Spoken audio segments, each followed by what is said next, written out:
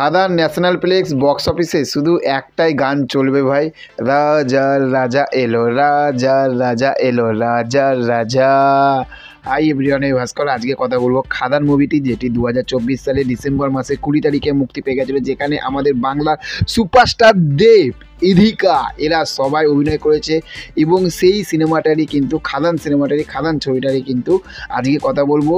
Third week 3 সপ্তাহ national প্লেক্স box office, এবং তার থাকতে বড় বিষয় সেইটা হচ্ছে যে, এবং যেটা দেখলাম দক্ষিণ বারাসাত ভাই বক্স অফিস তো বলবো, কিন্তু তার আগে দক্ষিণ বারাসাতে যে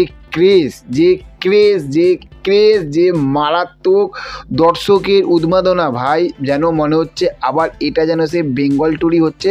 শুধু স্টেজের দরকার ছিল, দেবদার হাতে একটা মাইক্রোফোনের দরকার ছিল, আর হচ্ছে যেসব গায়কেরা ছিল তাদের একটু গানের স্যাভিদা এদের সবার দরকার ছিল গানে নাচার জন্য। পুরোপুরি যেন খাদান ইভেন্ট চলছে। এবং দেবদা তো একটাই কথা বলছে, খাদানের ঝড় ভাই কমতে দেবো না।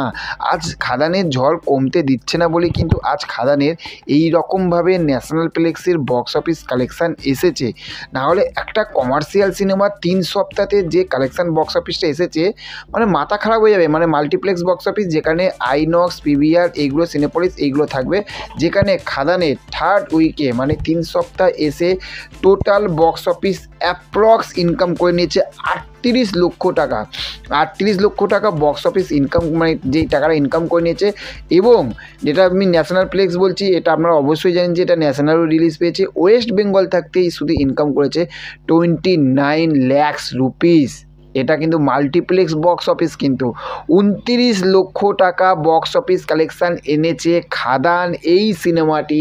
এবং এটা ন্যাশনালে যেখানে আসাম, তারপরে পুনে, দিল্লি, মুম্বাই এগুলো যেখানে রিলিজ পেয়েছে, সেখান থাকতে খাদান সিনেমাটি ইনকাম করে নিয়েছে ভাই 1 লক্ষ, 2 লক্ষ, 3 লক্ষ না, 9 লক্ষ, 9 লাখ রুপিস।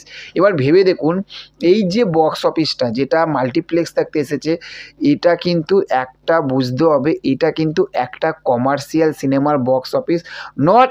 এটা কিন্তু কোনো প্রজাপতি, কোনো প্রধান এইগুলো না, কিন্তু এটা পুরোপুরি একটা মাস কমার্শিয়াল সিনেমা। এবং এটা যদি ধরুন যে 2025 সালে যখন রঘু ডাকাত আসবে, এটা রঘু ডাকাতের সঙ্গেও কিন্তু এটা তুলনা করলে হবে না। তার কারণ এটা পুরো একদম লার্জেন্ডার লাইফ, কিন্তু একটা পুরো একদম মাসালা ভরপুর মাসালা কিন্তু একটা মুভি খাদান। এটা মাল্টিপ্লেক্স থেকে কালেকশান এসেছে ভাই, সত্যি পুরোপুরি মাথা তো খারাপ হবেই, তাই না?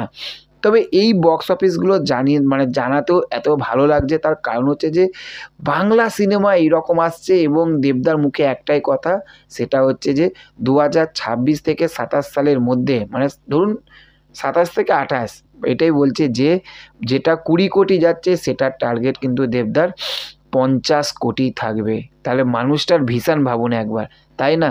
তো ফাটাফাটি, আমরা তো সবাই আছি দেবদার ফ্যানেরা, সবাই শুধু দেবদার ফ্যান, আজ সারা বিশ্ব দেবদার ফ্যান হয়ে গেছে, তাই না?